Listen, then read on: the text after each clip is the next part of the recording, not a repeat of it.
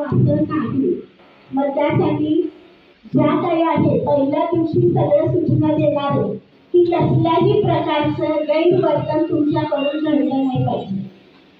आणि आल्यानंतर कॉलेजला बाहेर जाण्याचं म्हणजे कधी जायचंही नाही। आल्यानंतर जर बाहेर जायचं असेल तर शिक्षकाचं ऍप्लिकेशन द्यायचं, त्याशिवाय बाहेर जायचं नाही। या सगळ्या साध्या सूचना आम्ही प्रत्येक वेळेस सांगून तुम्हाला, जर आम्ही लेक्चर्स ठेवतो तर लेक्चरच्या दरम्यान असणारे नियम तुम्ही पाळले पाहिजे। असं या सगळ्या गोष्टी आहे। आय कार्ड प्रॉपर आणला पाहिजे, आय कार्ड शिवाय एंट्री दिली जाणार नाहीये। त्या सगळ्या गोष्टी तुम्ही लक्षात ठेवा। कॉलेज म्हणजे फक्त एन्जॉय करण्याचं ठिकाण नाही, तर आतापासूनच अभ्यासाला सुरुवात करा, जेणेकरून तुम्हाला मे महिन्यामध्ये अभ्यास झाल्यानंतर पेपर घ्यायला सुद्धा तुम्हाला असं वाटेल की खरंच आपण पेपर लिहा।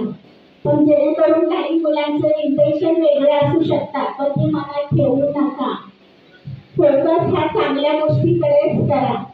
आणि जे उपस्थित आहे ज्यांचं म्हणजे त्याच्यामध्ये SY TY FY तिन्ही शैक्षणिक वर्षाचे विद्यार्थी आहेत, ज्यामध्ये क्रीडा महोत्सवमध्ये, युवा महोत्सवमध्ये जे म्हणजे ज्यांना जे यश घेतलेलं आहे, पुढे त्यांना यश मिळणार आहे, तर या सर्वांसाठी मी खूप साऱ्या शुभेच्छा देते आणि त्यांचं अभिनंदन करते। मला बोलण्याची संधी दिली त्याबद्दल मी सगळ्या आयोजकांचं धन्यवाद म्हणते। जय हिंद, जय भारत।